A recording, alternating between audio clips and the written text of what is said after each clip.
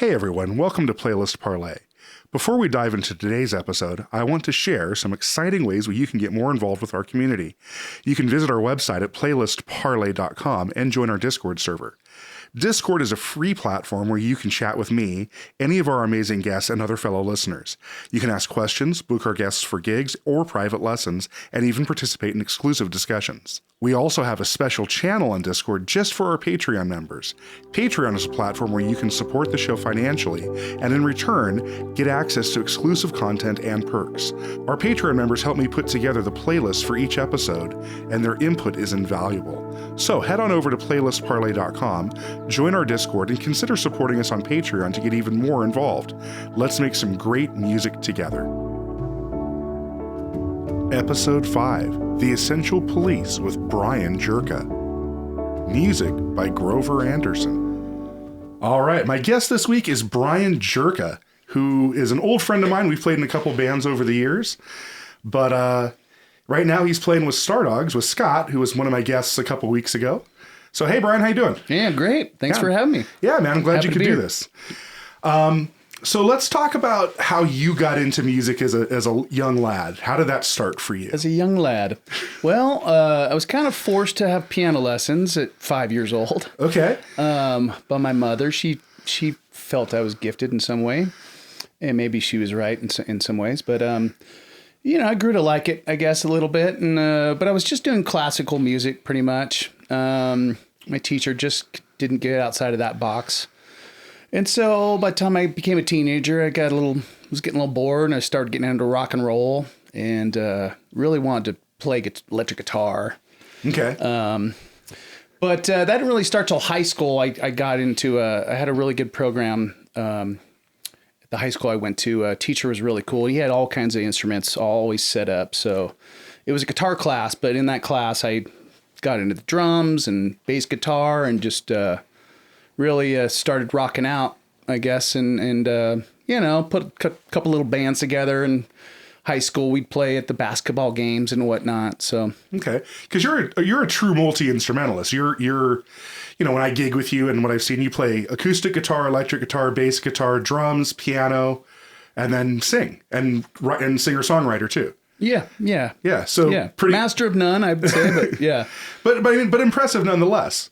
Was this program at Bret Harte? Is that where you went to high school? Yes. Wow. Yeah. So Phil Stock was the music director there. I remember Phil. He was around when I was in high school. I didn't go there, but I remember meeting him when I'd go across to play football games. He was a cool cat, and he encouraged. Half of our class was learning songs on guitar. Then we'd just get cut loose, and we'd end up in one of the jam rooms and start rocking out. I'd pick up the bass and this is kind of fun. And I actually, my first couple bands I put together, we had some really good guitarists that were there, older guys. And so I picked up the bass and started messing around with that. Although I went back to electric guitar and played that for a couple years till I was maybe 19 or so. Then picked up the bass at 19, decided I'm not a guitar player. I think I'm a bass player. Okay. Yeah. Because my experience with you is for gigging and the shows we've done together, you're mostly a bass player these days. Yeah. Yeah. Mm-hmm. And impressively, I think that singing and being a bassist is an incredibly challenging feat. It's often rhythmically not the same and sonically not always the same. Mm-hmm. And I think it's to me, it's more impressive to see a singing bass player than a singing drummer, personally. Mm-hmm. And you pulled it off quite well, man. Oh, well, thank you. Yeah, you're welcome. Yeah. For your early lessons and stuff, so you started out taking private lessons doing piano, and then pretty much just public school education for a lot of your sort of rock band instruments. Yeah, definitely. Yeah. Was church involved at all? No. Not a church player? No. Okay. What about singing? How'd you get your pipes? Actually, that didn't start until I was in my 30s. Really?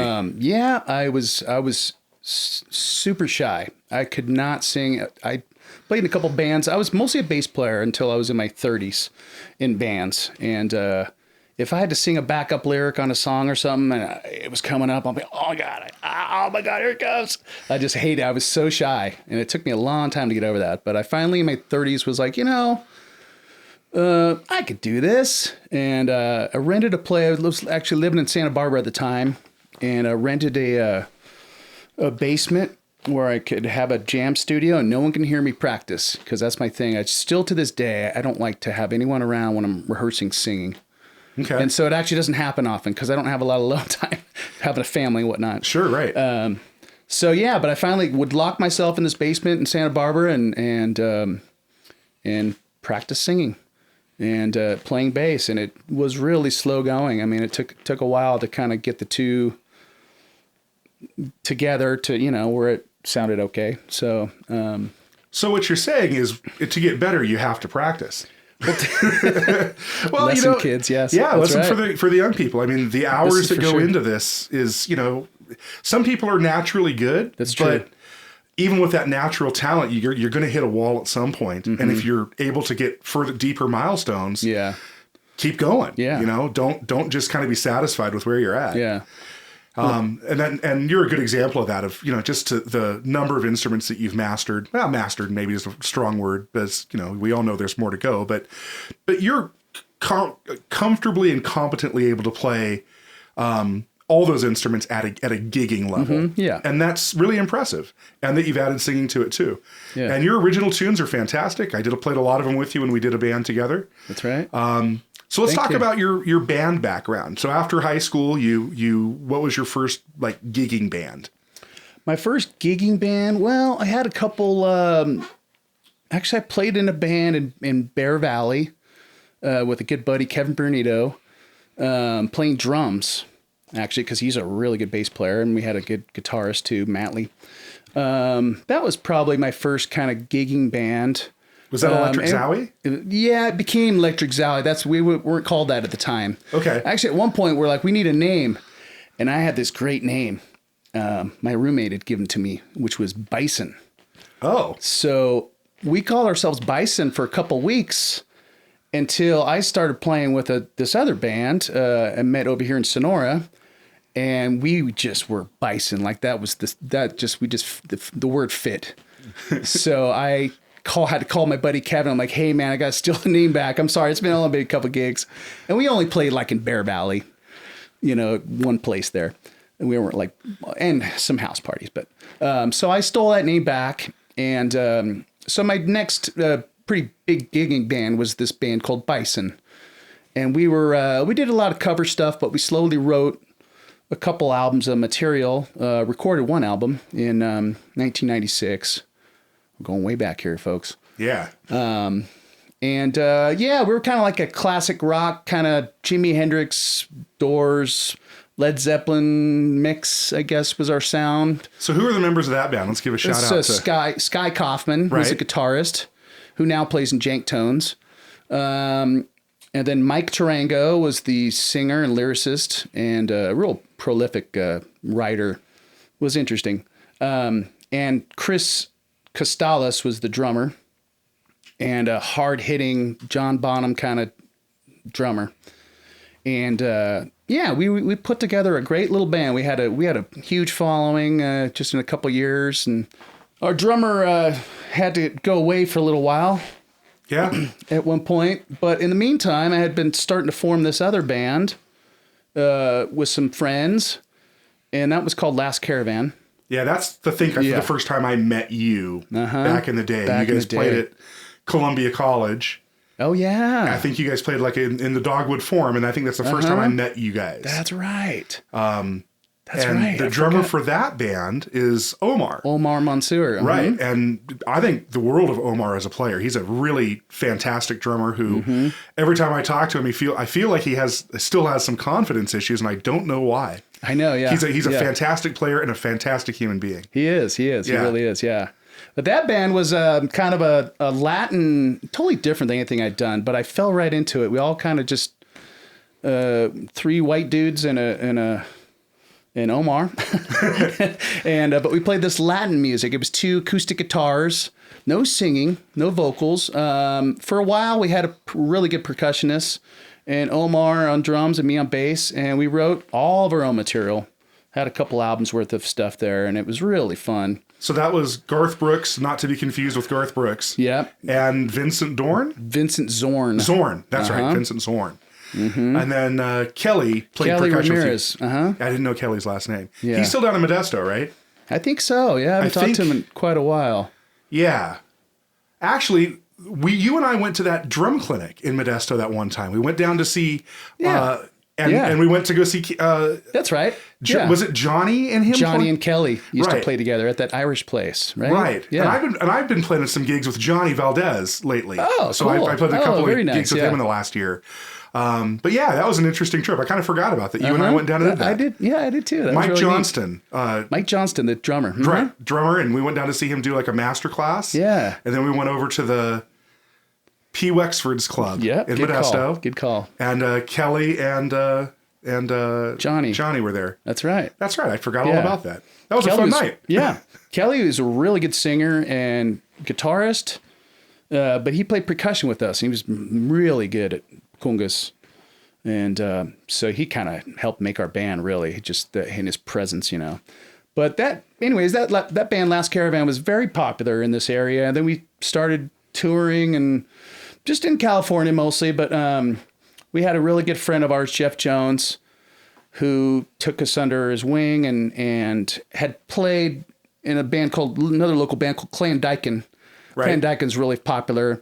He had all the connections from playing in Clay and Dyken, all the clubs that they played at. So he got on the horn, and we were playing all over the place. It was pretty fun. We played 4 times a weekend. We'd leave Thursday, go play some college campus during the day, and then at night, their local club. And then the next day, we're driving to somewhere else, you know, Chico to San Francisco to Santa Barbara. We were kind of all over the state, and that was a really fun time for me. Yeah, I remember that. I have that record because Last Caravan recorded at least one album, and I've got it, and I remember listening to that quite a bit. I thought it was a really good album. Yeah, it was different. Is Jeff still out in Hawaii? Is that where he's living these days? Yeah. I remember he'd come back to visit, probably 10 years ago now, and I haven't seen him since. But Jeff's a good guy, and I kind of peripherally knew all those guys.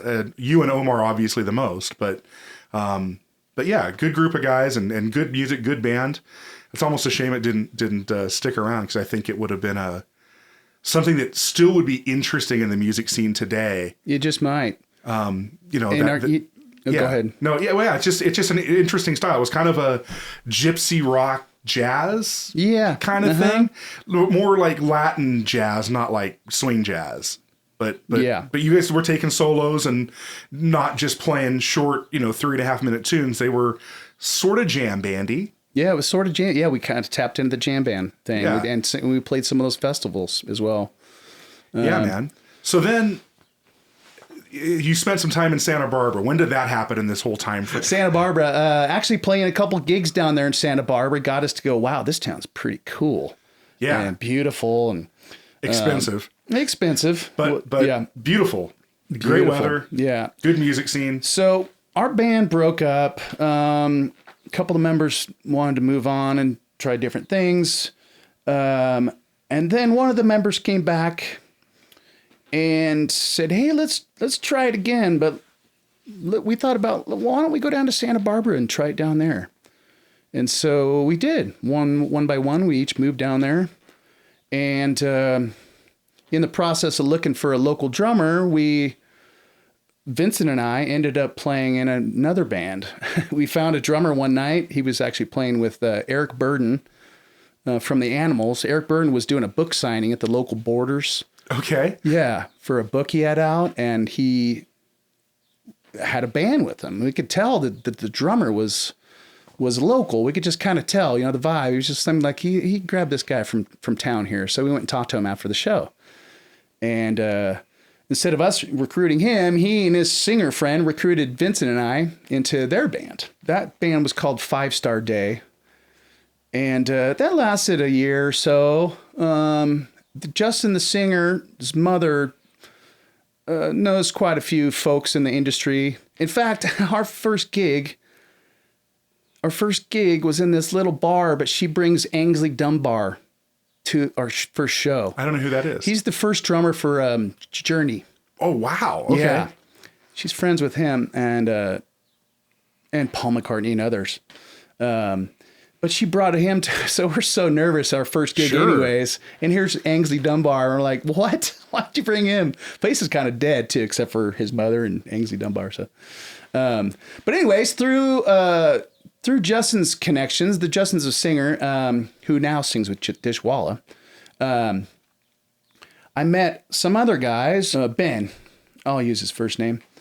Anyways, I met Ben, and Ben was had just recorded an album with a friend of his who was really talented, and they were looking for a bass player because they wanted to play this album out, and so they hired me. And in this band, I had to sing. I had to be a backup singer because the album was full of these like Beatlesque, really cool harmonies and stuff. Okay. So they're like, you need to sing. So I did. So they kind of taught me how to sing. It was kind of cool. These pros. The other guitarist in the band was Brian Wilson's right-hand man. And he would play in his band most of the time. But when he was off from that, he'd come play with us in Santa Barbara. So this is Brian Wilson from the Beach Boys. Yes. Yeah. Okay. Yeah.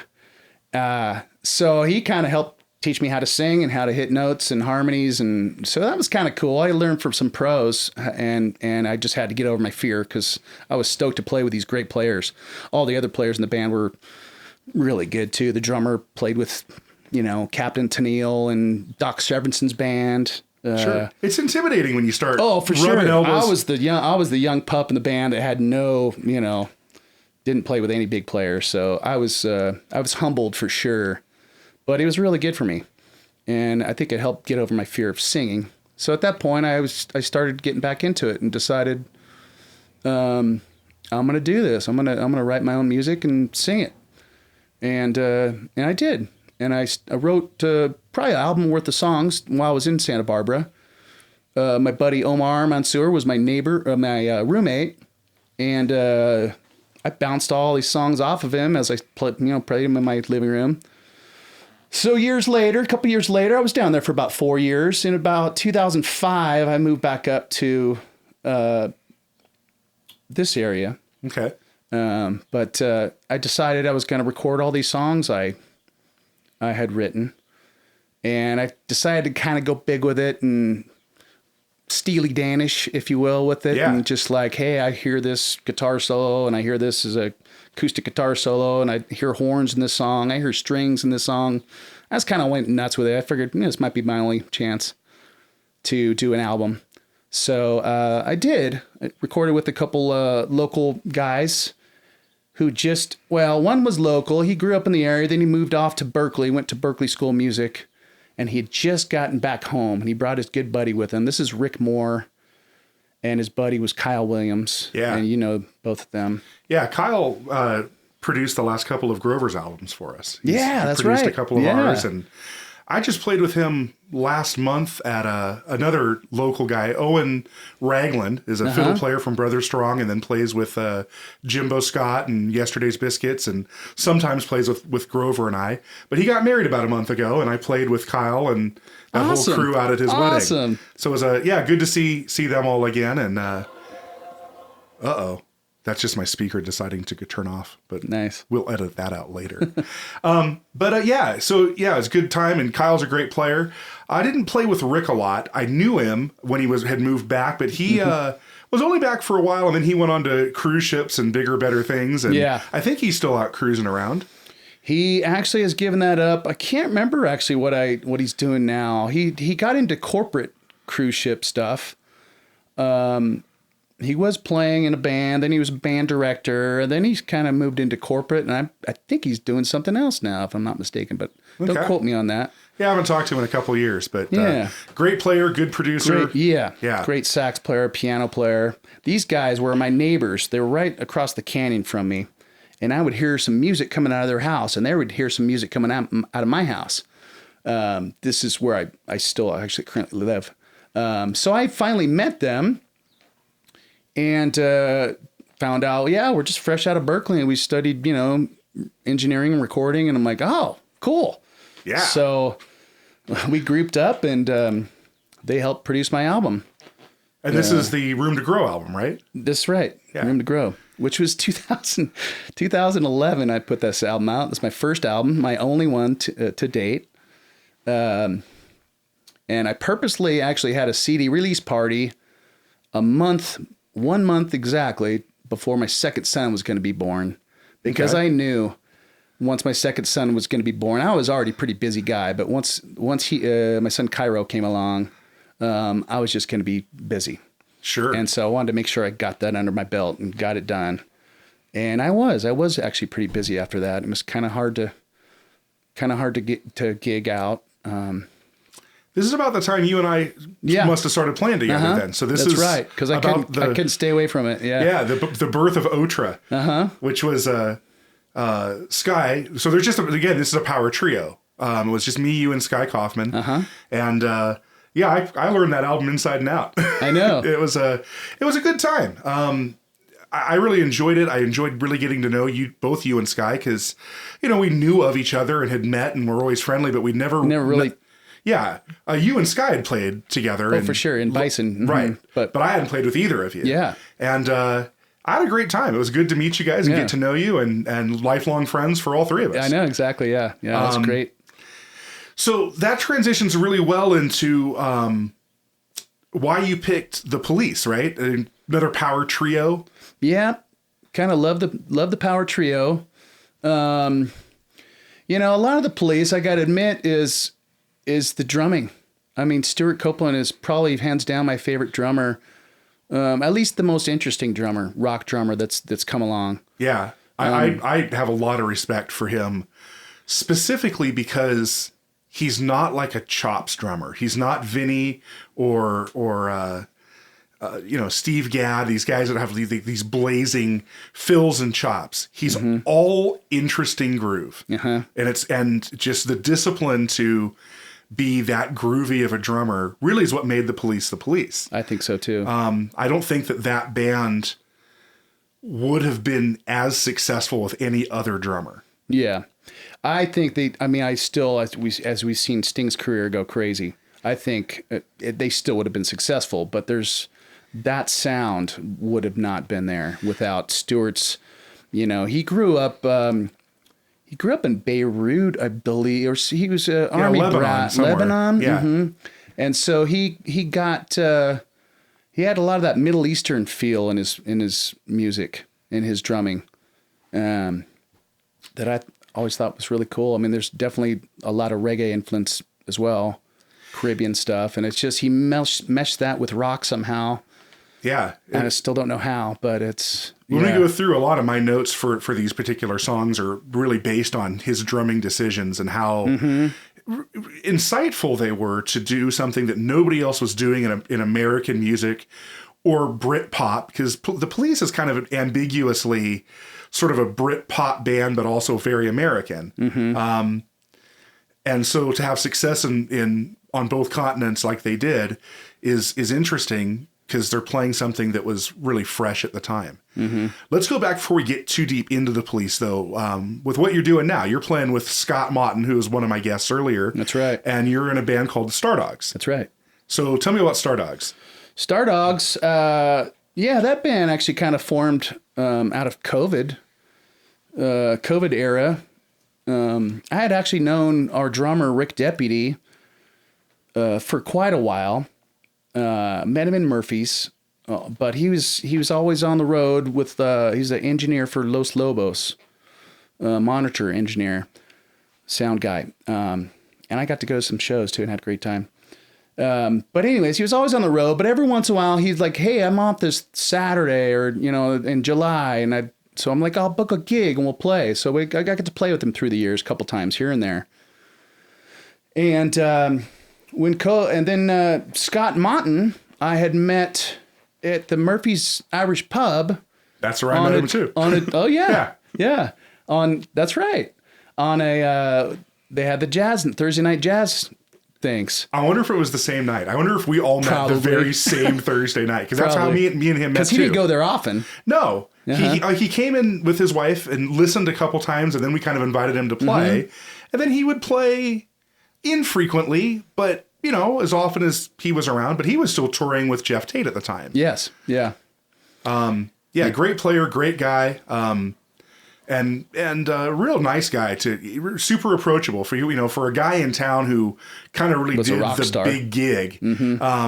You really can just start talking to the guy and he's not going to blow you off. He's happy to share and be really gracious with his time and his experiences. That's right. Yeah. Yeah, I had met him. But I knew him before, or I knew about him before I met him, because his father-in-law was my like graphic design guy for like my painting business. I used him for business cards and whatnot. And he was always telling me about my son-in-laws. When he comes into town, you should meet him. He's really cool. And so he alerted me one time, like, hey, he's going to be at the jazz night, this coming Thursday. And so I made sure I went there and introduced myself. And I always thought, like, oh man, if I could grab this guy someday, that would be really cool, in the back of my head. But he was off busy, doing a thing. But we talked more and more and got to know him. He started to hang around town a little more. Then, when COVID hit and their band tour got canceled, I have a friend who's runs a marina down here at our local lake, Maloney's, and he's an old friend, grew up with him, and he would hire me several times through the years, whatever band I had going. Hey, can you have your band play out the lake? And so he asked me if we could play out the lake, and this is kind of was the summer of COVID, so summer of 20? 20. And so that's how I snagged those guys. I snagged Rick, Deputy, because we'd already had a little rapport together anyways. But I asked Scott if he'd be interested in playing a gig with me, just one gig. And he agreed. And we got together and figured out a bunch of songs we knew together and went and played this gig. We showed up at the gig at the lake in my painting pickup truck, which has the logo Stardog on it. Stardog Custom Painting is a little plug for you, is my painting business. So my friend Darren, who hired us, said, hey, what am I calling you guys? I got to put something on Facebook. What we calling you? I'm like, I don't know. He said, I'll call you Stardogs, because he saw the sign. I'm like, okay, that's fine. And so he did. And it just stuck. We just kept it for the next gig and the next gig. And pretty soon we just kind of slowly became a band and kept getting hired. And the COVID lockdowns kind of ended and things opened up and people were ready to rock. And so we were like the local, one of the local bands in Murphy's that was out playing, and we just kept going with it. Busy. Yeah. They decided, both Rick, who was with Los Lobos, and Scott, who was with Jeff Tate, both got a really good taste of being off the road during COVID when their tour got canceled. And they both decided, like, I'm not going back. I don't want to go back. Let's just keep this band going. And that'll be our getting a fix for us. And we could see our wives all the time and whatnot. So that's kind of how that thing started. We all kind of like the same music too. We kind of like, we do mostly 70s pop, dance stuff. And that's kind of our rapport. We actually throw in a couple of my tunes that I wrote from that album from 2011. Scott Motton has actually written a couple cool tunes that we play. So we play a couple originals, but we're mostly a cover band, kind of party band, weddings, whatnot. So cool, man. But we keep super busy with it. Well, you're all three really great players and picking music that people want to be listening to. So it's not surprising to me that you guys are super busy. Yeah. So this is a question I hadn't really prepped beforehand, but just thinking about it, I remember when I was playing all those tunes that you had a song about you and your dog, and your business is called Stardog and the band is Stardogs. Talk about the dog. I want to know about the dog. Yeah. Well, actually, if you want to go back to where Stardog comes from, I did have a old English sheepdog. His name was Panda, and he was a really cool cat.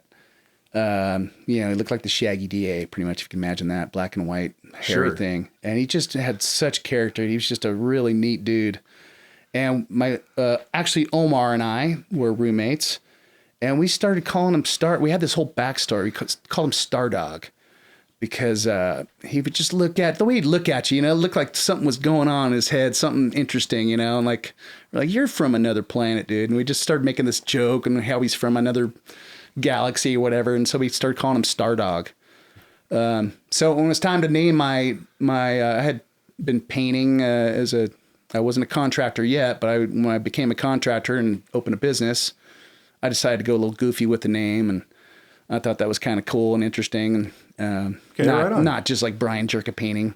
Yeah, I think that's sure. boring. I would never do that. So that's where the Star Dog comes from. Okay. Just naming, and now since he's passed several years ago, but he's immortal now. I got business cards and signs, and now he's a band. That's really cool. Yeah. That's a good little side story, because I don't think I Yeah. ever met. I don't remember you having dogs at the house when I go over there either. Yeah, this was, I think, before we met. Yeah, Panda passed. What year was that? 2010. Oh, so right before you and I were hanging out. I think. Yeah. I think Otra was kind of a 2011, 12 era. Yeah, That seems about right. Yeah, 12, 13 maybe. Could be. I don't really somewhere in there. remember. Yeah. It's all a blur.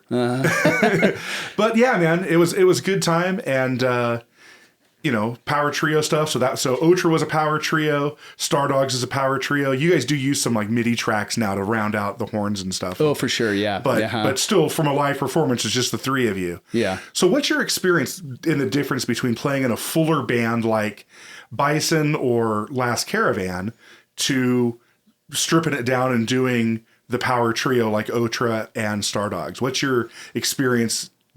What's the difference for you? Well, quite a difference between Otra and Star Dogs, I would say, because Otra, we do in Star Dogs, that's kind of our thing, is we do, Scott Monton has been sequencing, which is recording backing tracks. He's been doing it since the 80s. He's really good at it. Yeah. And so that's kind of part of our shtick, is he records, like we'll play a Steely Dan song and there's keyboards in there and there's horns, and we're not playing them on stage. Scott pre-records all that, and then we play to them.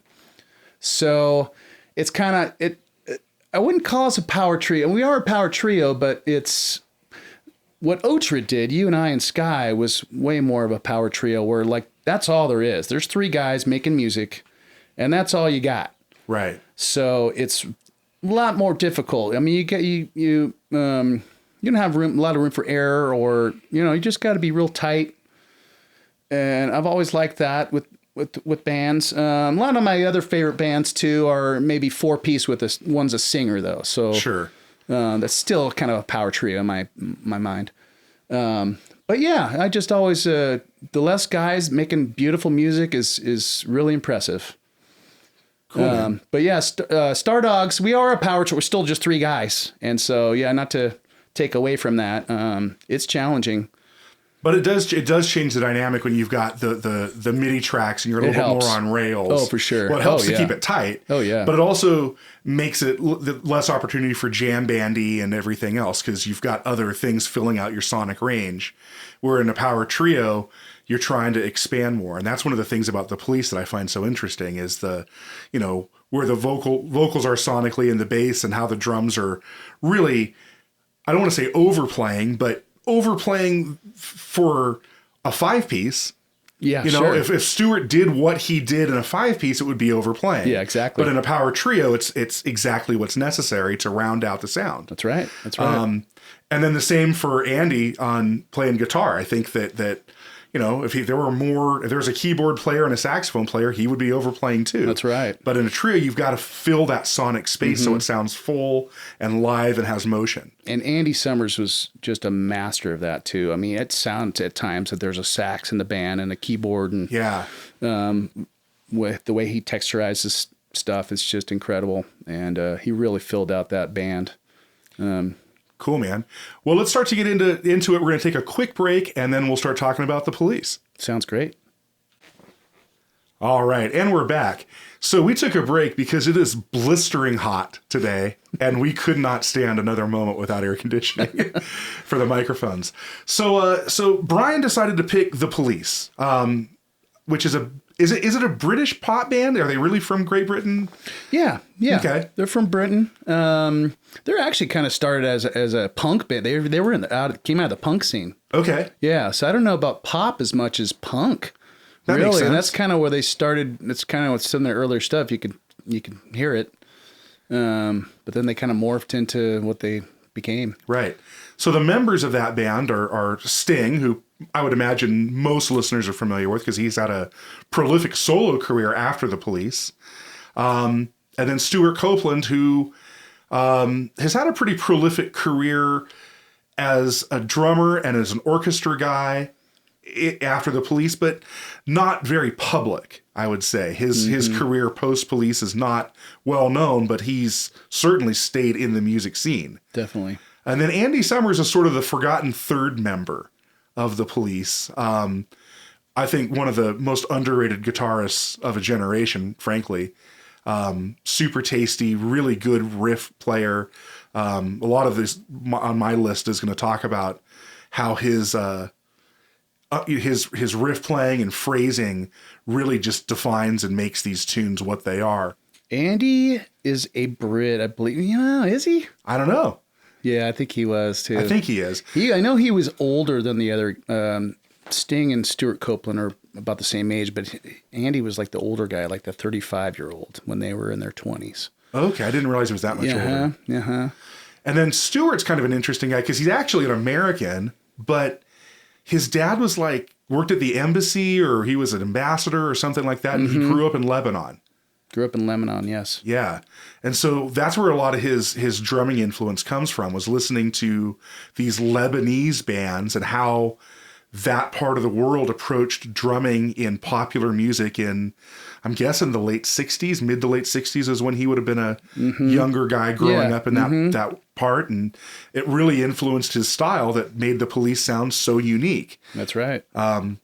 So, like every other episode, we both created a list of 10 tunes that we think is the essential listening of what it means to listen to the Police. And usually we take turns. I go first, you go second. That way you get the last word. And then at the very end, we're going to get off mics and talk about what we think after discussing each of these tunes, we think the actual essential list would be. Because we have some biases and some other things. And, you're certainly more of an expert on the Police than I am. But maybe I've got some points that would change your mind about your list. Yeah, I don't doubt it. Yeah, I suspect very strongly that if we made a list of 20, there'd be a lot more crossovers. Definitely. All right, so my number 10 is Invisible Sun. And for me, this tune I picked because of the lyrics. I like that it's got an interesting metaphor. The Police are, I wouldn't say super known for having deep, meaningful lyrics. They're catchy lyrics. They're kind of that coming out of that punk scene, and they're usually playing more as a fourth rhythmic component to all these other layers they have going on.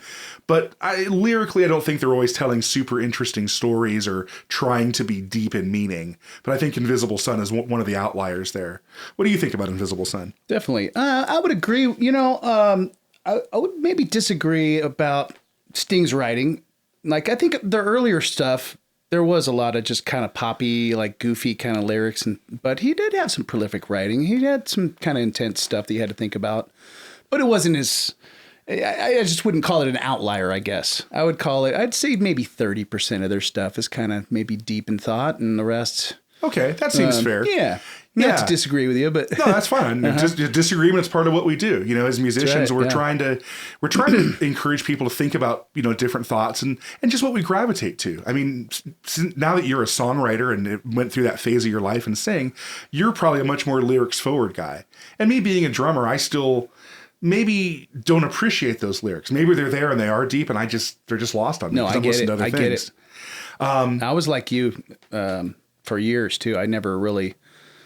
I had friends who could memorize songs, and how do you do that? I don't even listen to the lyrics. I listen to the phrasing and the. Oh, I need note cards to say the Pledge of Allegiance. Yeah. You'd think I'd memorize it after all these years, but nah. But back to Invisible Sun, great tune. I'm glad you picked it. It's got kind of a haunting, one of their kind of haunting vibes to it. I love the drum track in it. Stuart's drumming is really unique on that. And you really hear some of that Middle Eastern drumming, I think, that we were talking about earlier in that one, with his, he doesn't play 4 on the floor like a normal drummer would play. In this tune, should I sing a part? Or it has to be sing. Invisible Sun. The drum is there. That's the bass drum. Right. And it's just at a really neat spot. And Middle Eastern drumming is a lot more like that. Like, it's instead of boom, bat, boom, bat, it's more doom, doom, doom. Right. So in drumming, we call that the backbeat. So we've got the downbeat, which is 1, and then we've got the upbeat, which are all the ands, 1 and 2 and 3, and then the backbeat is 2 and 4. And that's a real American thing. And so in American music, we usually put the snare drum, the more trebly drum, on 2 and 4, and the bass drums on 1 and 3, or some variation of 1 and 3, but typically that's the way that goes. And in Middle Eastern drumming, and in reggae drumming with 1 drops, they invert that, where that backbeat is felt on a low drum, like a bass drum or a floor tom.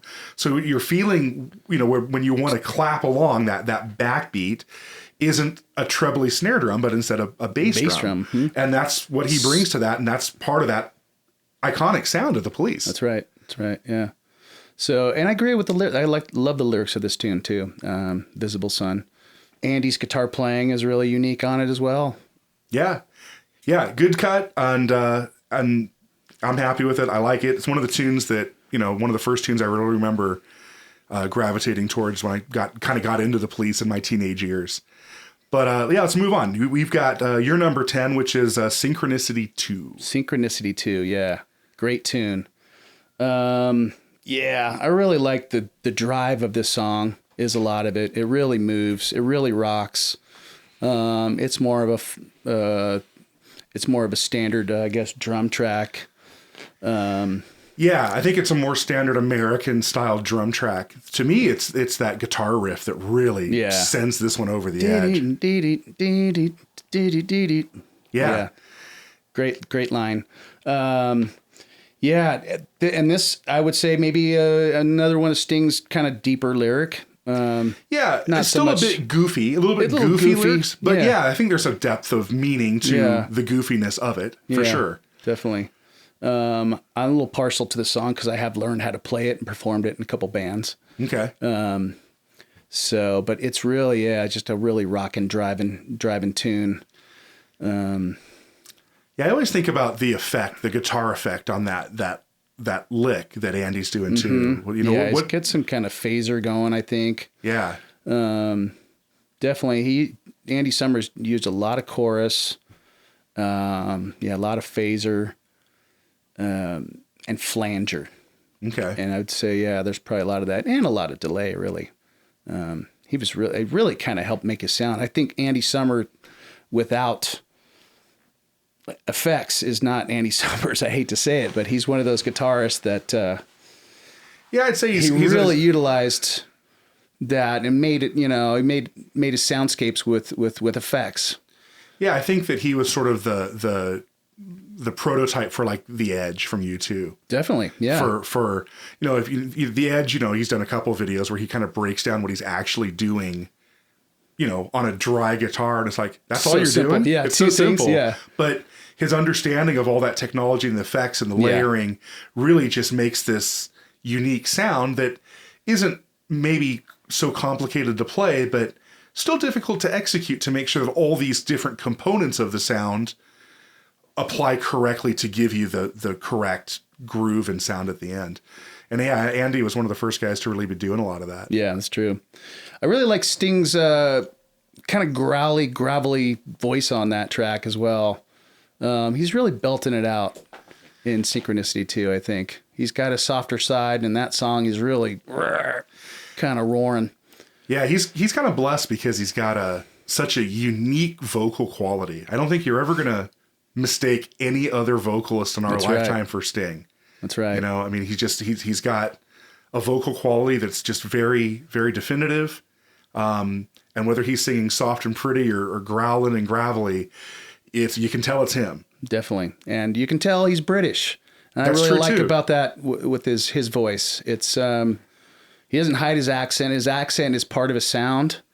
And I think it's really makes him stick out. And a lot of English artists try to emulate American voices for whatever reason. Yeah. Or just when it comes out, that's how it kind of comes out. But Sting, without his accent is not Sting. So my number 9 is Don't Stand So Close to Me, which is, I don't know. I mean, maybe you know this. Was it directly written from him reading Lolita? Was the inspiration? I do believe. Mm-hmm. Makes sense. So it's a story, an interesting story about a teacher and a female student and the inappropriateness or appearance of kind of stuff that can go along with that situation. But he himself was a school teacher. Oh, that's right. Sting. So let's hope it was based on let's hope it was based on Lolita and not a personal experience. But no, there's definitely a story. One of his songs it's got like a story. You follow along with it. Yeah, and this is one of the ones where I think that Stewart's really digging into that reggae one drop kind of beat. This is one of those the tunes where. There's a subtle difference between sort of the Lebanese Middle Eastern influence of his drumming and the more reggae influence of his drumming. Yeah. And this is sort of that more reggae style of drumming. I'm not so familiar with like the bass styles. Do you think Sting's also kind of digging in more as a reggae bass pattern on this one? I think a little bit, yeah. I must say, I love Sting's bass playing.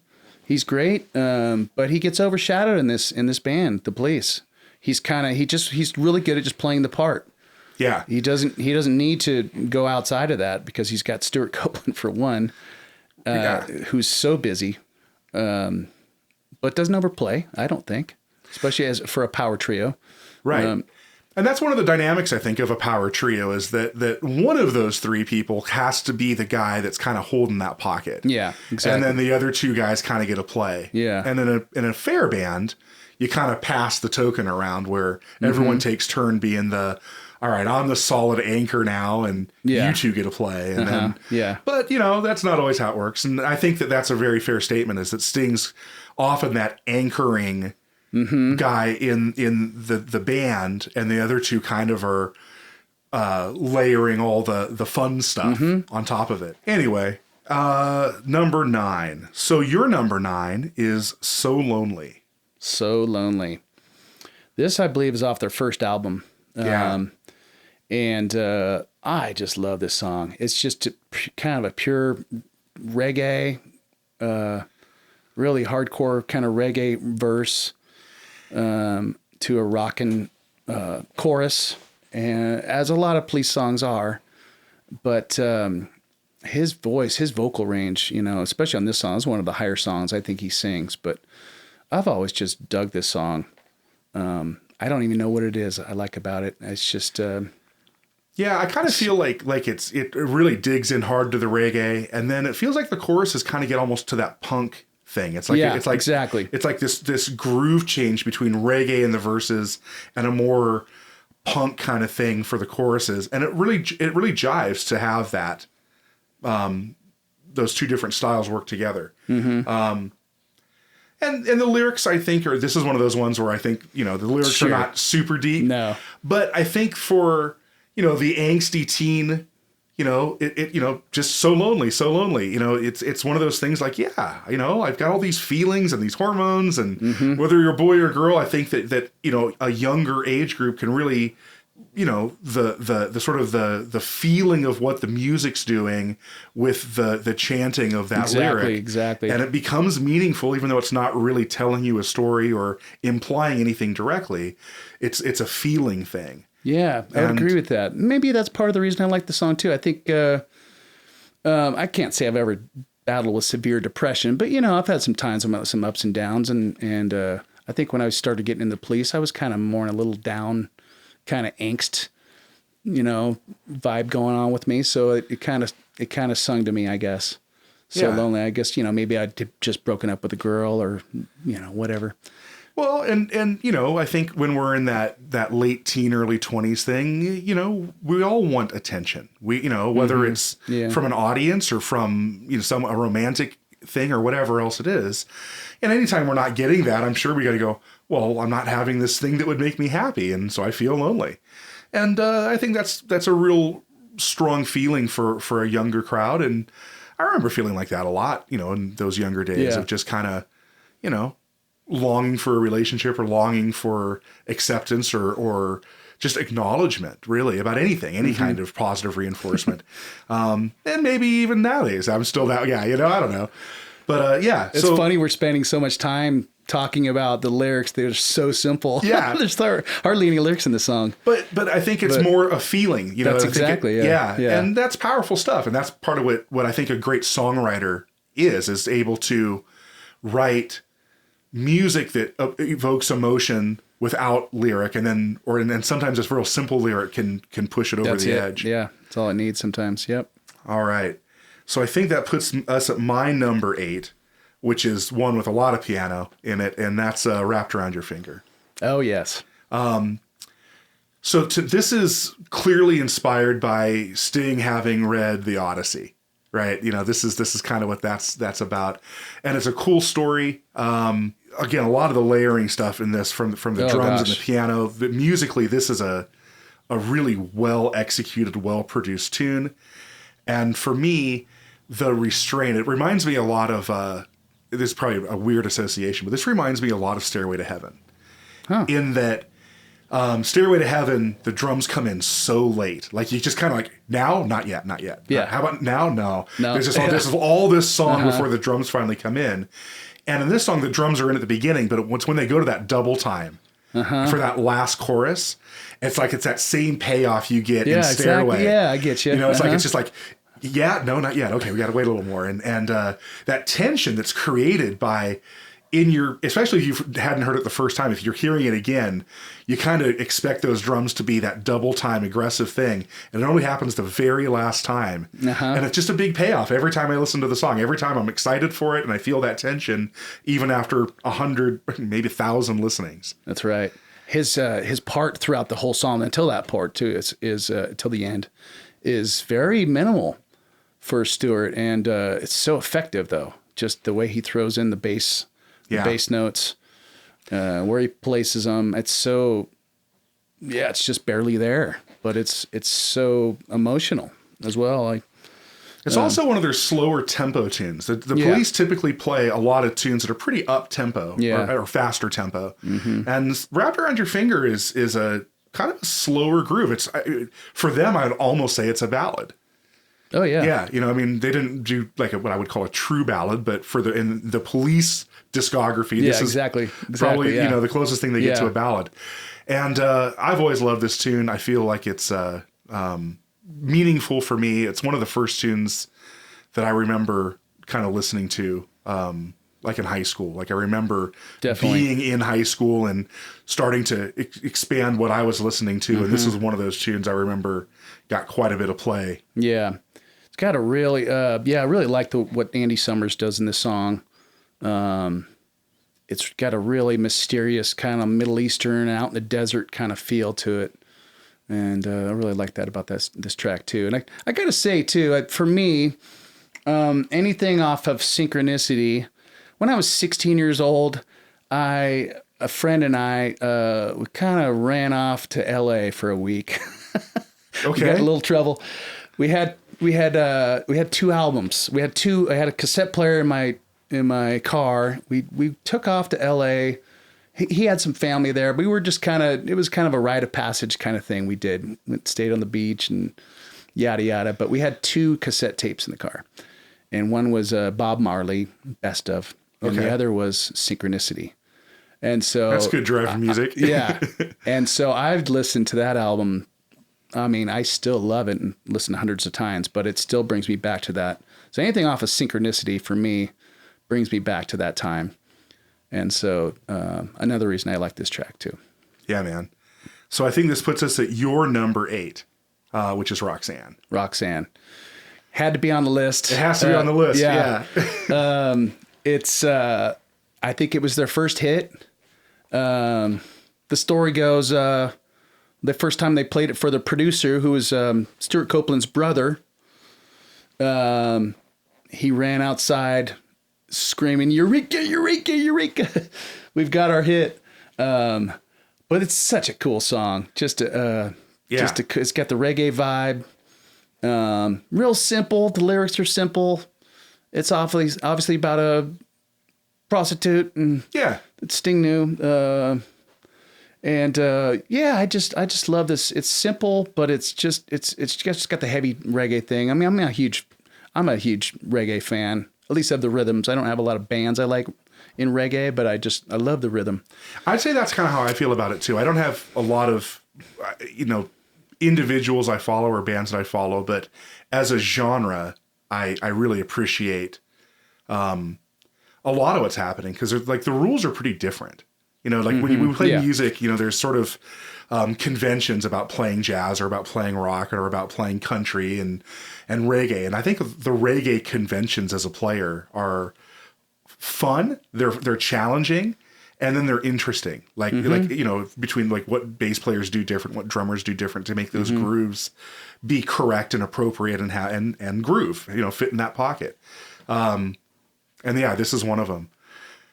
I think the story's good. I think that vocally, that's a big part of why this was successful. That's where I was going to go next. Yeah, go for it. Yeah, Talk about it, please. yeah. Just his vocal on this is just outrageous, really high, intense, and he just nails it. And it's just there's nothing out there like that, really, especially at the time. Yeah, both subject-wise, a pop tune about a prostitute was probably a little taboo, even for... yeah. What year do you think this was? 81? No, I think 78, maybe. Okay. Yeah. Mm-hmm. Outlandis album. Okay, yeah, their right. first album. Yeah, it's their first hit. First big hit.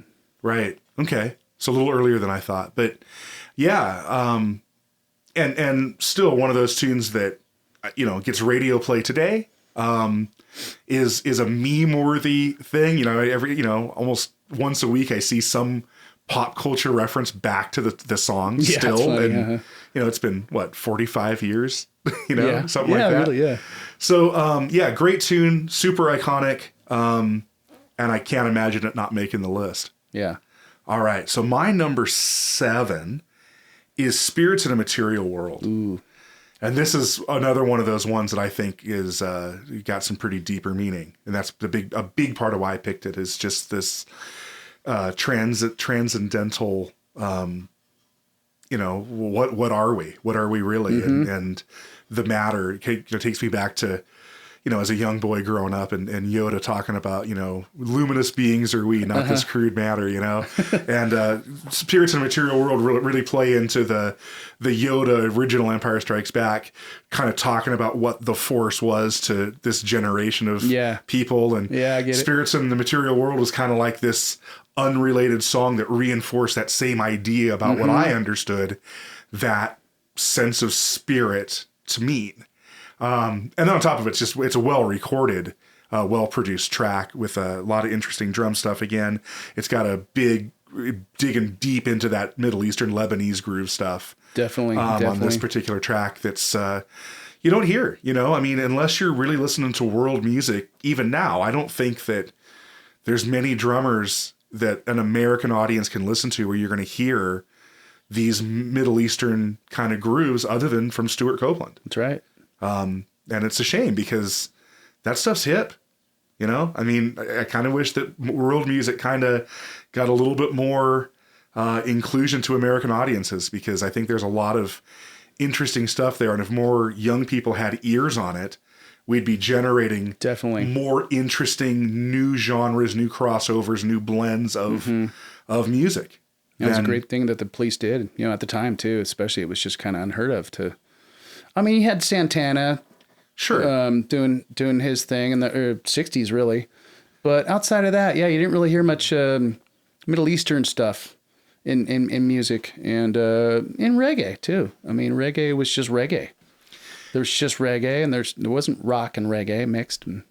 Yeah, and I think that unless we go back and we've talked about, like I talked with Scott about like records and what a big deal when a record release was and how you'd need to go down to the record store and get it. Yeah. And how that culture is completely gone. We kind of have something similar in video game culture now, where kids will camp out at GameStop at midnight for the release. But that's kind of how records used to be. Yeah. And if you didn't go down and have the couple of bucks for the record, for the vinyl, you just got what was on the radio. And, at this time, reggae wasn't getting a lot of radio play on its own. And I think that, Bob Marley and to some degree Stevie Wonder and the Police really helped expose American audiences to this other genre of music that eventually started getting their own stations, at least in larger metro areas. Definitely, yeah. Yeah. But I agree with you with the intense lyrics on Spirits in the Material World too. And first hearing it in my young teens too is kind of clicked a little light for me, and like, oh, that's a different way of thinking about things, you know? So yeah, and if music can do anything, it should challenge our thinking. Yeah, you know, exactly. and make us more complete people, humans, spirits, whatever we want to be, by challenging thought. You know, I'm a big proponent of, you know, responsibly engaging with things. I was recently having a conversation about cancel culture and how, you know, both political ideologies have kind of adopted this, we don't like it, so you don't get to talk about it kind of mentality. And I don't think that that's one-sided anymore at all. I think both sides have been guilty of that. But I think it's just such a foolish thing, when what we should be doing is teaching our young people to responsibly engage. yeah. You know, if these books have been banned, then it sounds to me like the correct answer is we need to provide more guidance to young people as they read this material, instead of telling them they should not read this material. Yeah, I agree. So yeah, and I think that you know, anyway, yeah, that's a little soapboxy for me, but I hope that, you know, people think about that at least, and understand that true understanding doesn't come from ignorance; it comes from responsible engagement. Yeah, I agree. So yeah, I think that puts us at your number 7, which is Murder by Numbers. Murder by Numbers. What a cool track, man. Yeah. They're probably most interesting track, sonically. Yeah. I still can't figure out how they count the song in.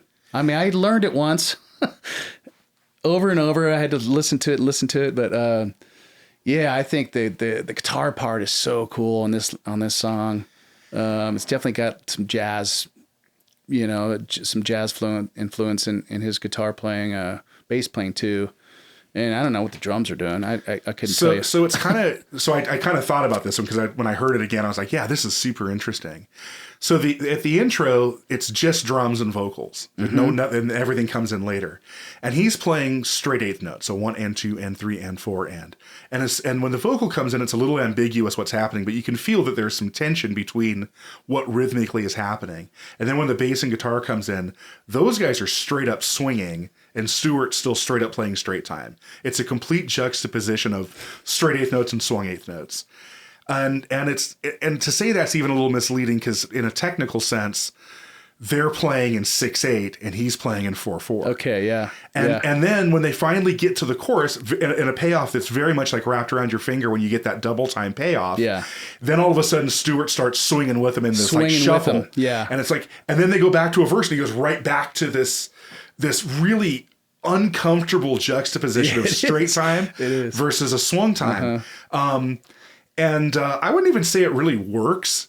I think it's designed to be uncomfortable, but in that uncomfortableness is a bit of genius, because it not working is what makes it so interesting. For sure. You know, it's like when you grind gears, you're learning to drive a stick, and you just kind of, it's not a smooth shift. And I just find that super interesting. Yeah, I'm always tapping my hands to this when I listen to this track too, even though I still struggle with what actually is going on. I understand it internally somehow, but yeah, just a great track. The lyrics are a bit goofy too, but I think it goes along with maybe the uncomfortableness of the rhythm is why that's there. Well, sure. Is because it's Murder by Numbers. He's talking about. No, yeah, I get it. Yeah, I really like Sting's really bluesy on this number too. His vocals are very bluesy, and I like that coming out of him. It's pretty neat. Yeah, man. All right, my number 6 is Walking on the Moon. For me, this is a tough one to leave off a list. I just think that it was on that borderline for me of it got played to death. You know, I heard this is on the radio. It's been on a number of soundtracks over the years, but Stewart's hi-hat work on this is just so tasty. Yeah, it's so cool. I couldn't let it not be here. You know, I don't know that I ever really assigned meaning to these lyrics. I mean, they're there, and I'm sure there is some meaning, but it's always been like sort of, you know, just Oh yeah, and I think when he wrote it, I think the story goes he was in a hotel. They were on tour. He was in a hotel room and just walking around, he had the bass line. He was just like, giant steps. He's walking, making big steps. Giant steps I always take. Walking in my room. He was in a hotel room, and that wasn't interesting enough, so he changed it to Moon. The story's something like that. So Okay. yeah, so they really don't mean much. They don't at all. That's where they came from. He was just looking for the rhyme that fit. Yeah, exactly. But it was all about the groove. Oh, definitely. Yeah, and for drummers, this is a really interesting track to listen to as an intermediate drummer who's trying to get into being a more serious set player or getting into gigging. It's a good exercise of restraint and showing that flashy chop for exactly the right amount. And it's that hi-hat work. It's a very impressive lick, and it is kind of overplaying, but it works, and it doesn't go on ad nauseum. It's very specifically overplayed for this one section of the phrase, and the drums playing like a tonal instrument more would, by filling in this sonic gap, Definitely, as opposed to necessarily kind of creating a rhythmic bass in this particular tune. And that's probably because hi-hats are just a more trebly instrument too. You're not looking at lower drums. Yeah. But I think this is a really good song for drummers to study. This is a drummer song. Yeah. And it's that the drums are the song, in my opinion. Andy Summers guitar and Sting bass, their parts are pretty simple. But they give a lot of lyrics room too. But they're pretty simple. Stuart's probably kind of doing all the work on this one. Yeah, and what gives them all that room is that bass line. Do do do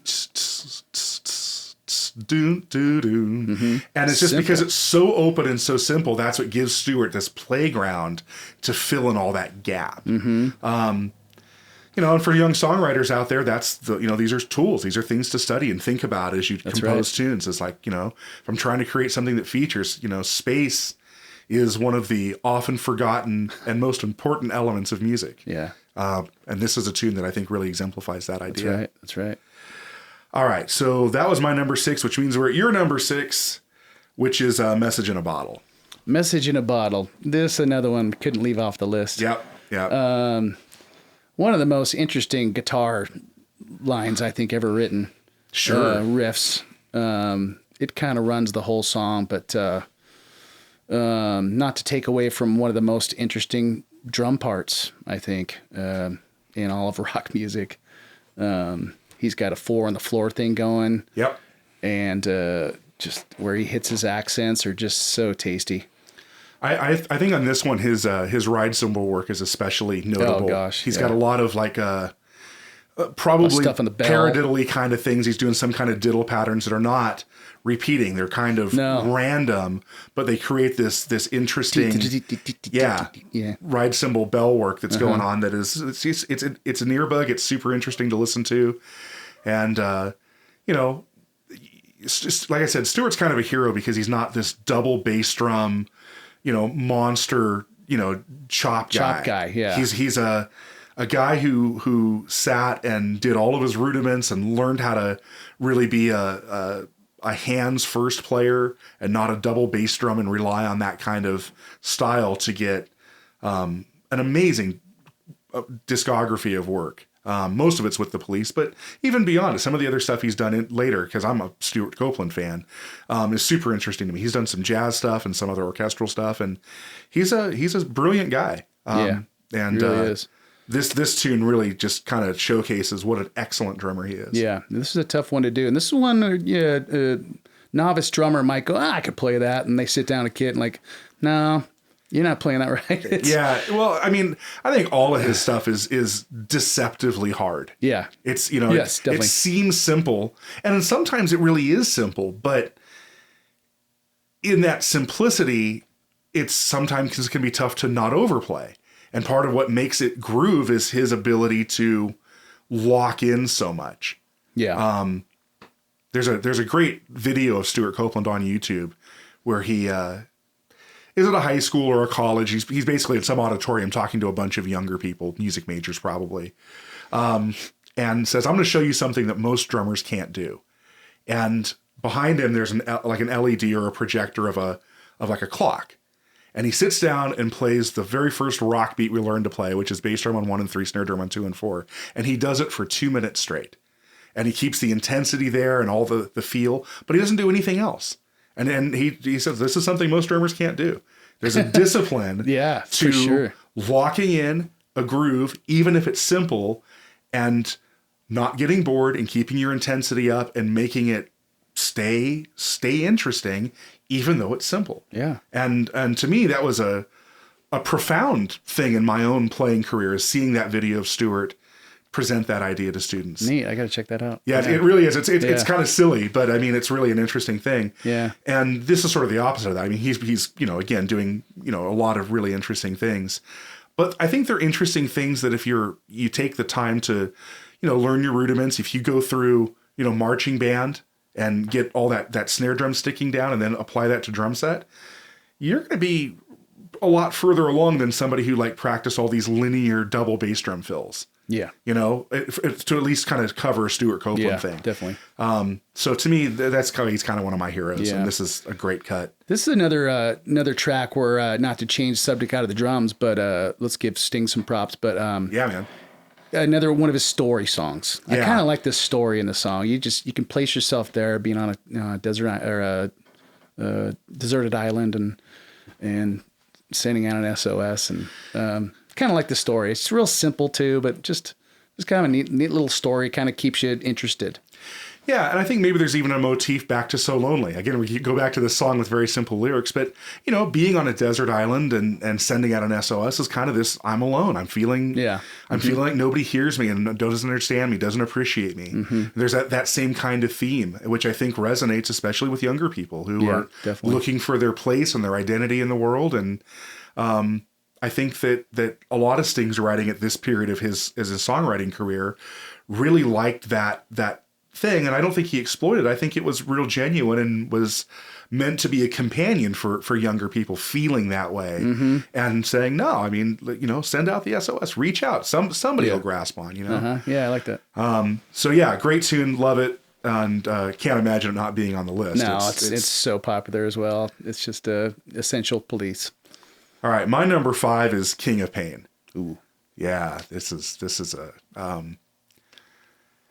it's just a lot of similes, I guess, or I guess really technically they're metaphors, but just these comparisons about in the lyrics. And, I mean, if you've heard the tune, and you'll listen to it on the playlist, hopefully at the end of the episode here, but there's just a lot of these comparisons about, a king choking on a crust of bread, and this sort of almost life and death, rich and poor, these opposite yin-yang-y kind of comparisons through the whole tune. That I think are kind of profound. I think this is another one that he's not really he's not really challenging you to think about it the way he's thinking about it, but he's just presenting all these sort of yin-yang-y kind of lyrics that if your ears are open, you're going to internalize that and find your own personal meaning to these examples.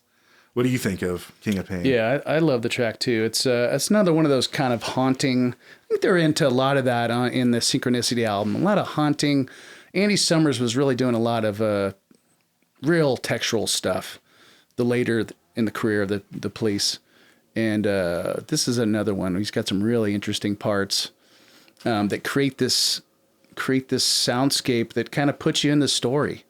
And I think they were pretty good at doing that with their music. And so, I love the drum track on this. Yeah, that's an interesting background noise. Yeah. Let's pause for a second. So sorry for the interruption on that. There was a gentleman out weed eating right outside my studio here at 8 p.m., which was a little surprising. So we decided to not have it bleed over the audio. So we were talking about King of Pain, and I was talking about the juxtapositions and we just kind of listened to it while we were taking that little break. And one of the things I wanted to bring up specifically was Stuart playing xylophone. Yeah, and rounding out that sound. And you've seen the Police live, right? I've seen him live. Yeah. I never have. And so he would do that on the stage. He'd have this big, almost orchestral rig. He did it back in the day. Then when I saw him in, I think, 2008, when they came there, did the reunion tour, yeah, he did the same thing. He plays the xylophone at the very beginning of the song, very simple parts. And then he runs back to the drum set to start the when the song starts, and it's pretty cool, pretty funny. Yeah. And what a simple part he plays on the xylophone too. Yeah, but super effective. Gives the feels that you need. Yeah, just reminded listening to it just now too. Sting's playing a fretless bass on this track, and it's really effective, especially in that intro part. It's just fretless bass and xylophone. As a bass player, what makes you hear whether it's a fretless? What's the quality of fretless that makes it jump out at you? Just got that kind of sustained kind of. You can hear him moving, instead of do do do do. It's got that kind of. He might even be playing with a bow. I'm not even sure, but you can just tell it's fret. Or I can. It's a fretless bass, yeah. So there's a quality to that, and I think that to non-bass players or people who haven't had their ears as their sonic palette as deep as you and I may have, and I can't always tell. I mean, sometimes I can hear it, but oftentimes I can't tell what bass instrument it is, and I just wanted to be like as a bass player, what are those qualities? Yeah. Really cool stuff, man. And this is the first true crossover that we have, because you also have King of Pain at number 5. Yeah. Any more you want to add on this one? It's just what a interesting intro to it, and then it just starts driving. I love Sting's bass line on this whole track. The intro part, of course, but the is really do very kind of ska, kind of maybe drum part against Stewart's pretty straight ahead drumming actually on this track. Yeah, pretty straight ahead on this one. Yeah, and very effectively straight ahead too. Definitely. Yeah. I like the kind of haunting lyrics. The xylophone is cool too. It adds another texture to it. Great track. Cool, man. So because that was your 5 again, I think we're on my number 4, which is another crossover. Now this is where I have Roxanne. I've got it up here at number 4. Yeah. It got a little bit higher on my list because I just think that I mean, the Police, it's hard to say what the iconic ones are because they had so many hits. Yeah.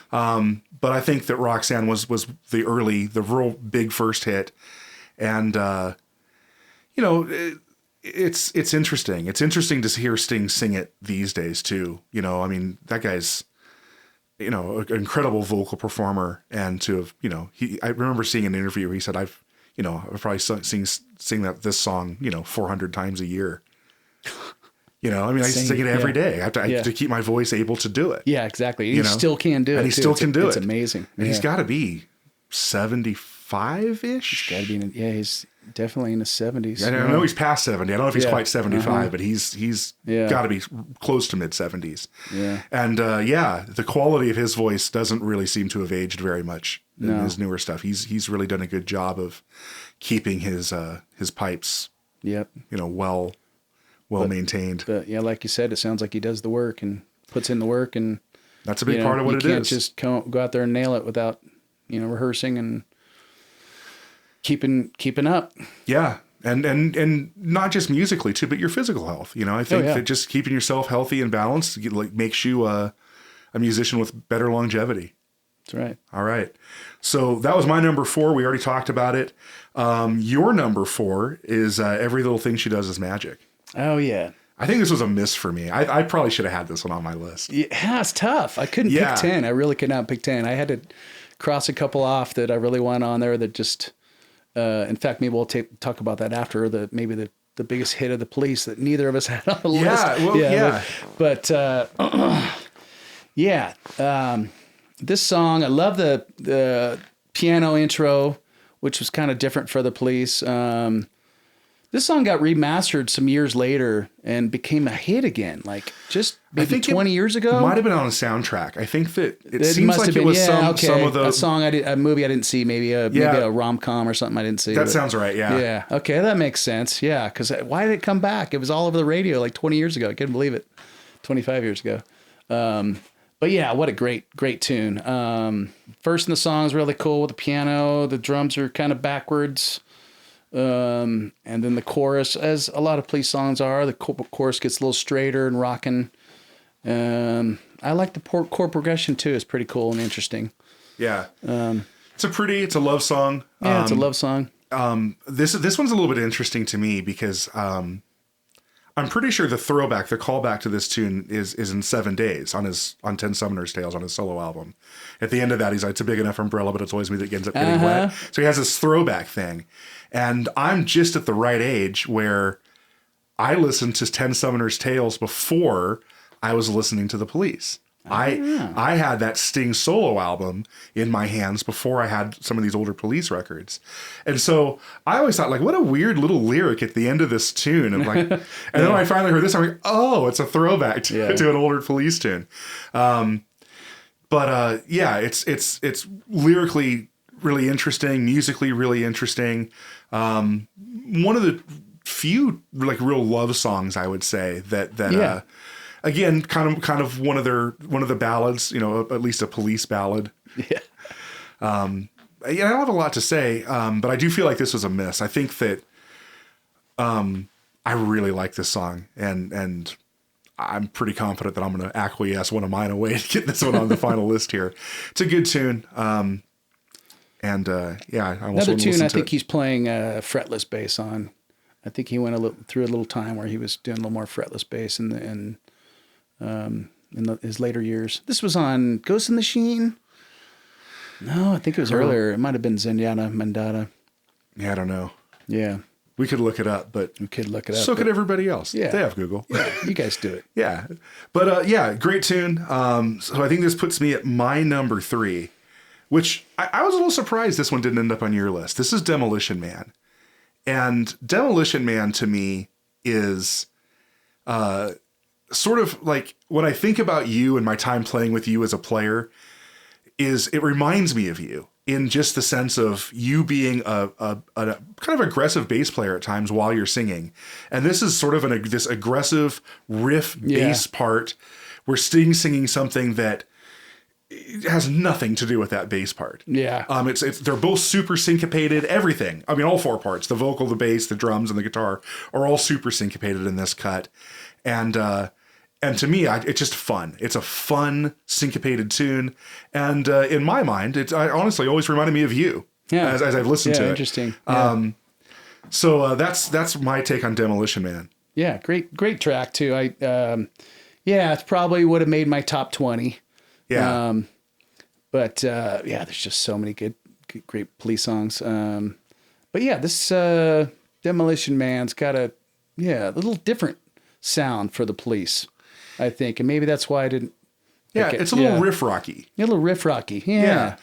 I think this one also, to me, if I remember correctly, was on one of the Guitar Heroes. Oh, really? And I remember,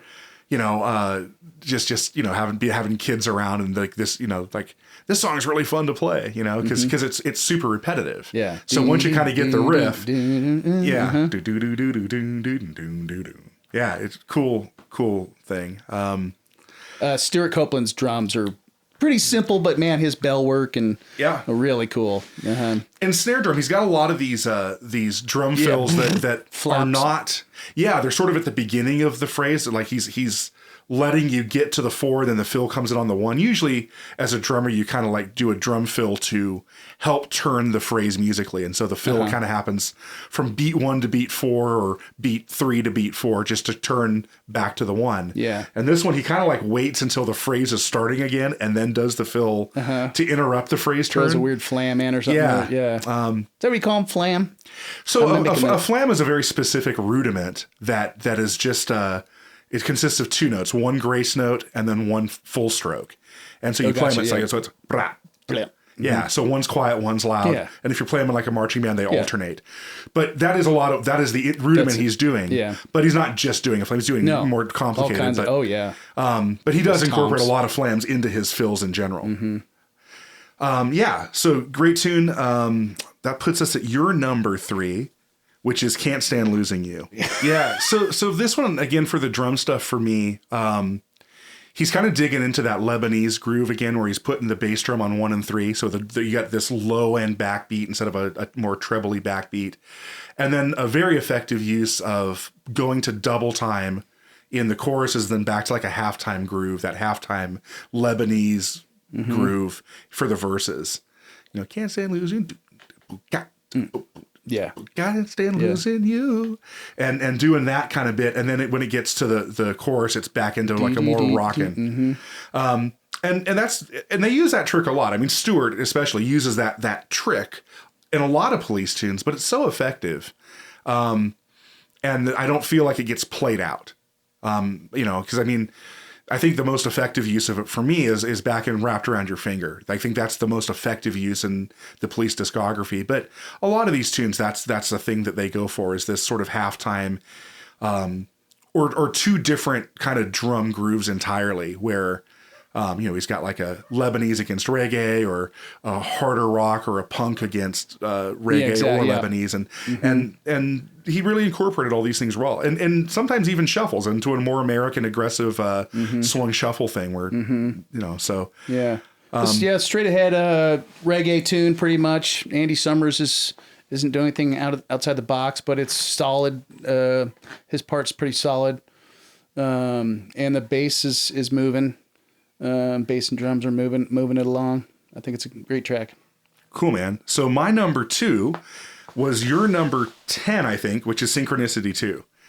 And I put this super high on my list because I don't know. Did we play it at No Tread? Did we actually play this together? I've played it with someone before, but I just don't remember if it was you or not. It was probably us. Yeah, we took a couple cracks at it, and that would make sense. Yeah, and I love playing it. I love listening to it, and you know, as much as you know, I love to dote over Stuart Copeland and Sting.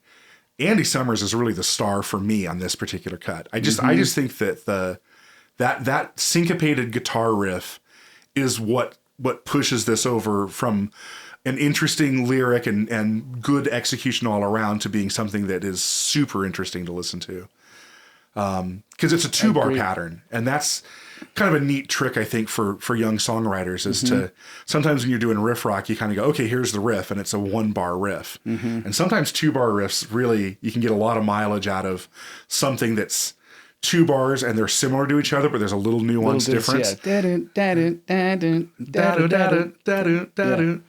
Really interesting. So it's really actually a 4-bar riff, really. Yeah. I think bars 1 and 3 are the same, and 2 and 4 are slightly different. Yeah. Is how I've learned this song on guitar as well, and has played it as an electric guitarist, and it's a really fun song too, and it's real simple. His part through the riff, the verse is simple.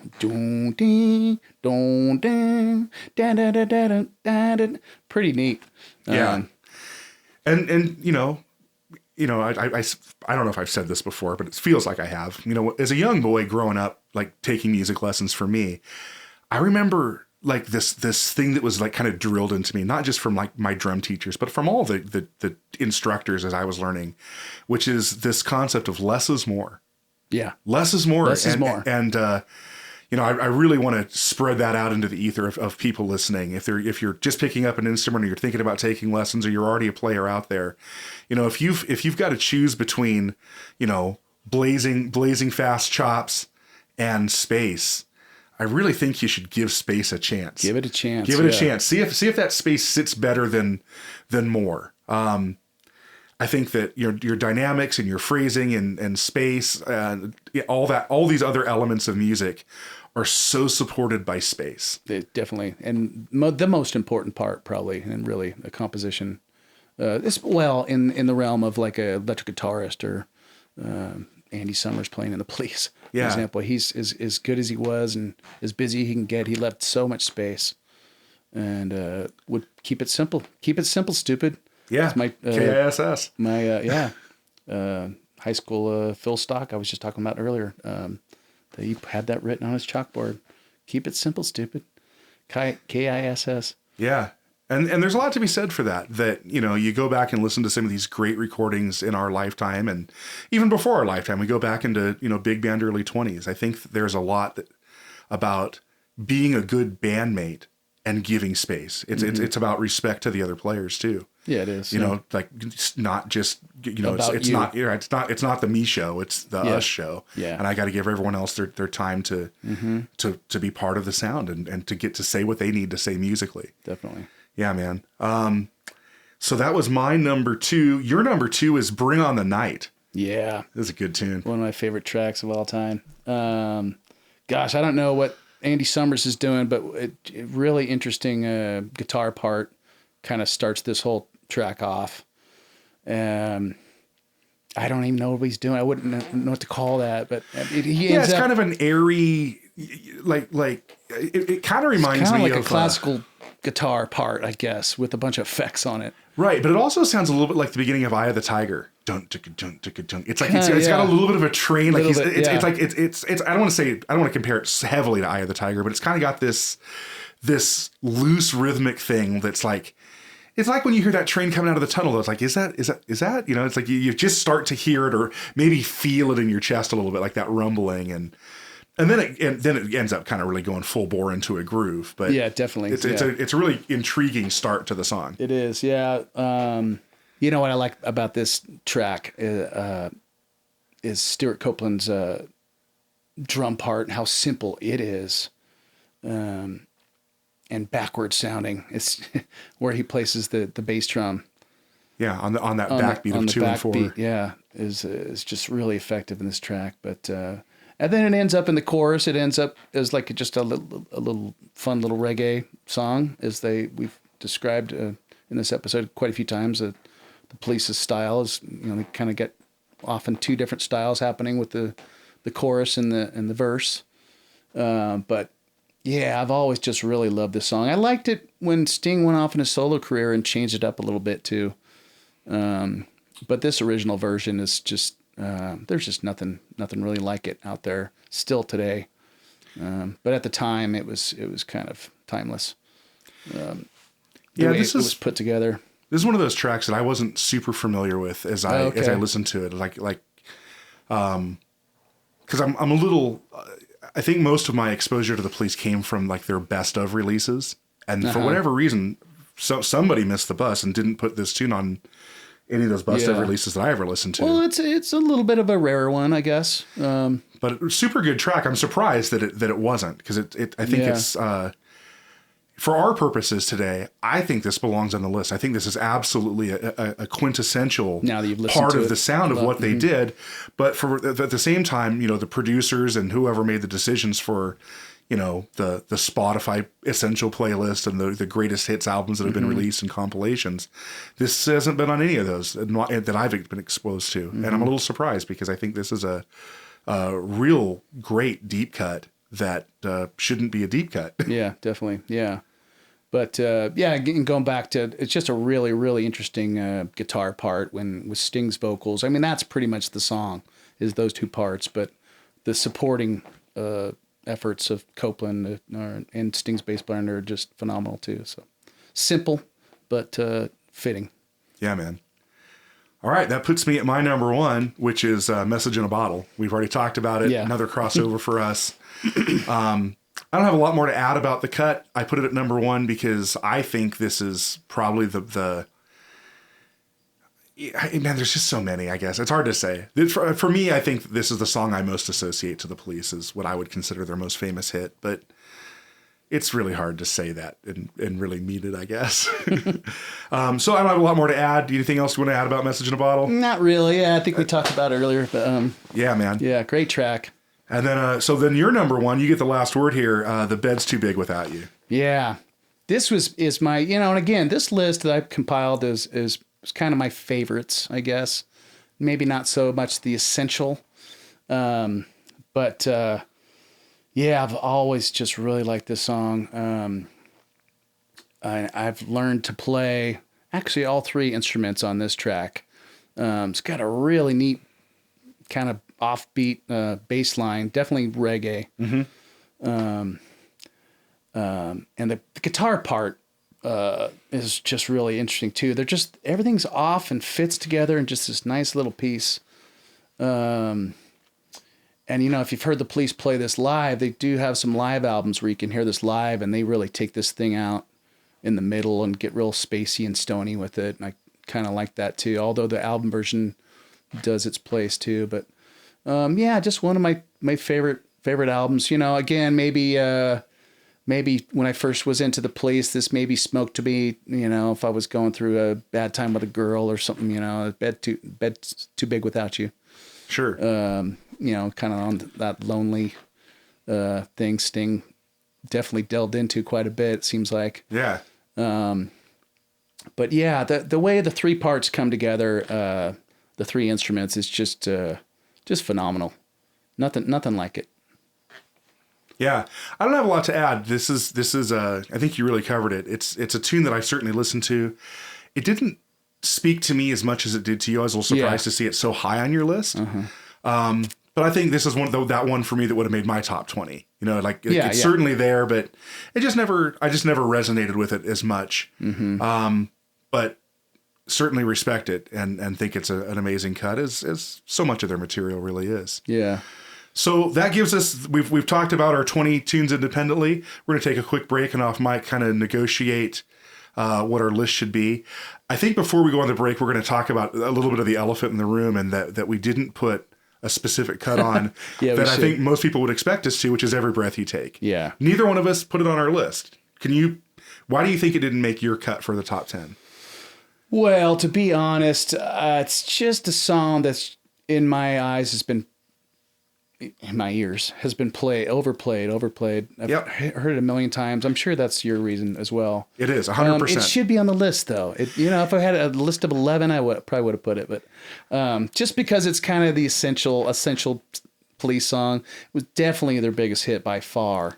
Yeah. I mean, I don't know if I'd even make it to number 11 on my list, but I certainly respect what it is and that it is their big hit, but my goodness, did this song get overplayed? Yeah, it did.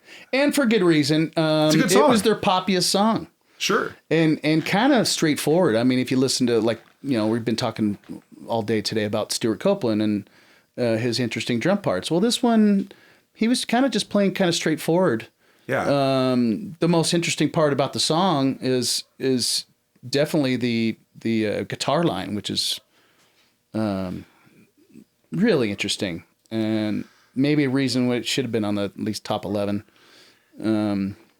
Yeah, I think that Sting's transition between the chords on the bass on this is kind of interesting too. Like just the way he chooses to kind of, because he's not walking's the wrong term, but just the way he outlines those chord changes to me.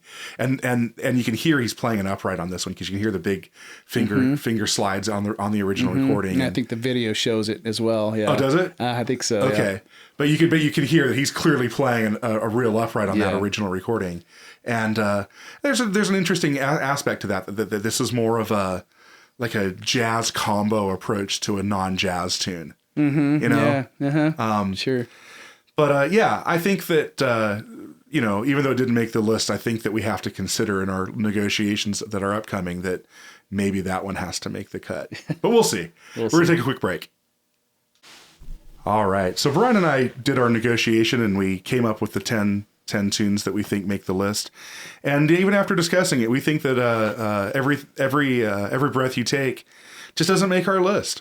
Doesn't it's just it's kind of one of the more boring songs for one, and two, we just assumed everyone's heard it. I mean, we're trying to pick some songs on this set list that maybe you haven't heard, or we want to get the essential Police. And this song was just kind of like their big pop song that they it was a hit, but I don't know that it really tells us a lot about what that band was about. Yeah, definitely doesn't. Yeah, I think that's a fair thing to say. So we went through, we had, I think, a total of 4 crossovers, which all made the list. And then we kind of negotiated from the rest of our list, and we have an order. And so we'll start at number 1 and go down, because that's how it'll appear in the playlist. So we're going to start with what we think is, not necessarily the best song, but just it is a listening order, what we would do. So we put Message in a Bottle at number 1. Great. Number 2, we have Roxanne. Number 3, Synchronicity 2. Number 4, King of Pain. At number 5, we have Bring on the Night. At number 6, we have Every Little Thing She Does Is Magic. At number 7, we have The Bed's Too Big Without You. At number 8, we have Wrapped Around Your Finger. At number 9, we have Spirits in the Material World. And at 10, Murder by Numbers. I feel really good about this list. Yeah. I feel like this, if I was going to, meet a younger person who I was going to go, hey man, you check out The Police. These are the 10 songs. I feel real confident. Yeah, This is I agree. A real, true breadth of what that band was about from lyric stuff. No matter what instrument they're playing, I think they'd get a lot out of it. That's right. And we took tracks off the first album and the last album and everything in between. So yeah, get the whole breadth of their career, which was actually kind of short. Yeah, it was kind of short. They had a lot of reunion stuff, but not a lot of new material. Yeah. Yeah, so check them out. I think that this is for any young musician, that this is a band that's really worth your time. Definitely. It's not, I don't think it's niche. I think this is a band that really showcases nuance and space and the concept of being in a trio and knowing what your role is and staying out of each other's way, even as you need to fill out your sound. Mm-hmm. And a nice introduction to like world music, different musics too. you're not used to. Yeah. And one of the most iconic male vocalist voices of a generation. I think Sting's vocal tone is just, there's no one else who can do it. I don't know a lot of people who try. I think that if you try to sound like Sting, you'd kind of get laughed at a little bit because it's obvious that's what you're trying to do. But just the voice, just a great voice.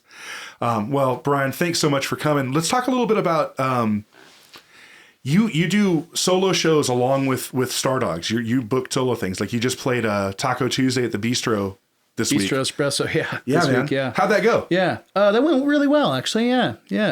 I forgot to mention that we were talking about my music career. If you'd like, I wasn't playing as much, and I kind of knew I wasn't going to be, so I started messing around with the guitar a little bit and piano, acoustic guitar, and a little more get back to my piano roots a little bit, and started to learn some songs that I like a lot, and just decided to start going out and doing them. So I've been doing that a good 10, 12 years now, here and there.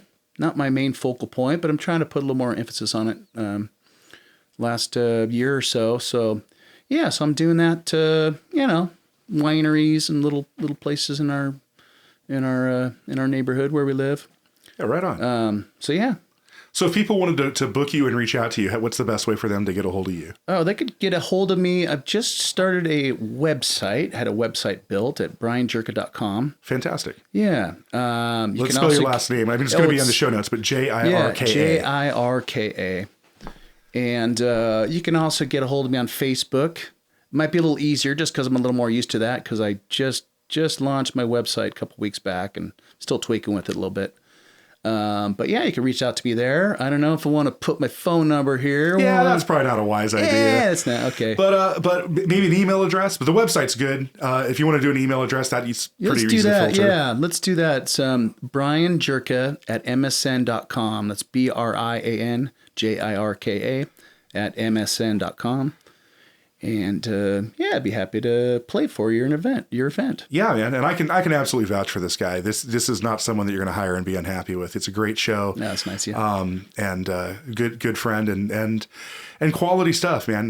Not just your performance, but the material that you choose to do is really engaging. Oh, and thanks. I'm happy to give you the plug. Thanks for the plug. Yeah, man. So that's my guest this week, Brian Jirka, who plays with the Stardogs and Scott, and you're kind of Murphy's Arnold area, playing over there a lot. Look for them. The Stardogs have a Facebook page. Brian Jirka solo has a Facebook page, and you have the brianjirka.com website too. That's right. So check it out. Thanks Cool. everyone for Yeah. listening.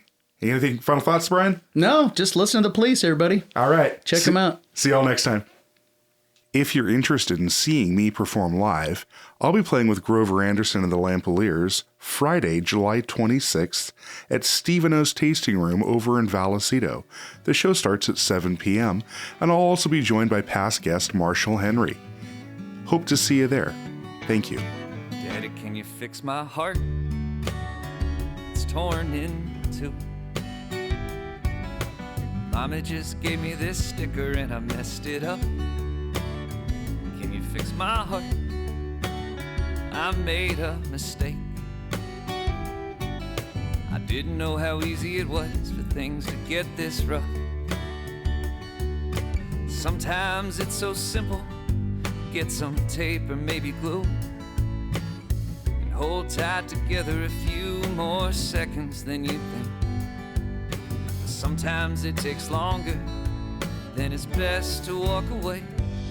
There'll always be more strength there than it seems. Daddy, can you fix my heart?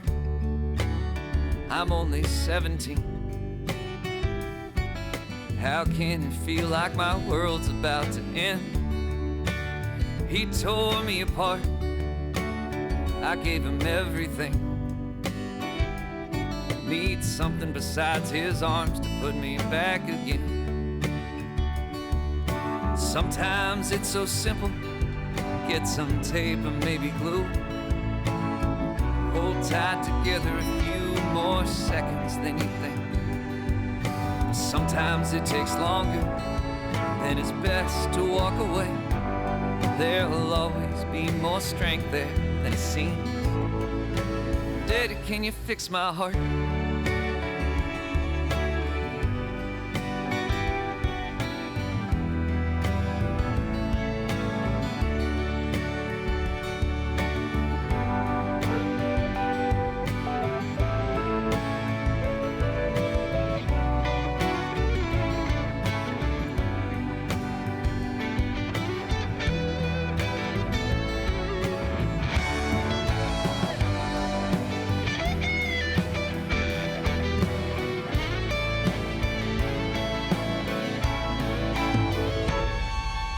Daddy, can you fix my heart?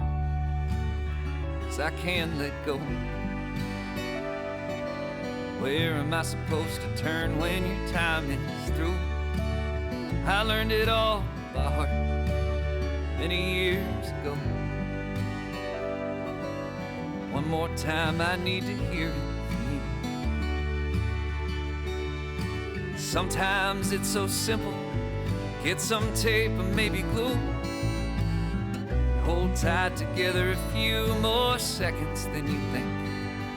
Oh, but sometimes it takes longer, then it's best to walk away. There'll always be more strength there than it seems. Daddy, can you fix my heart?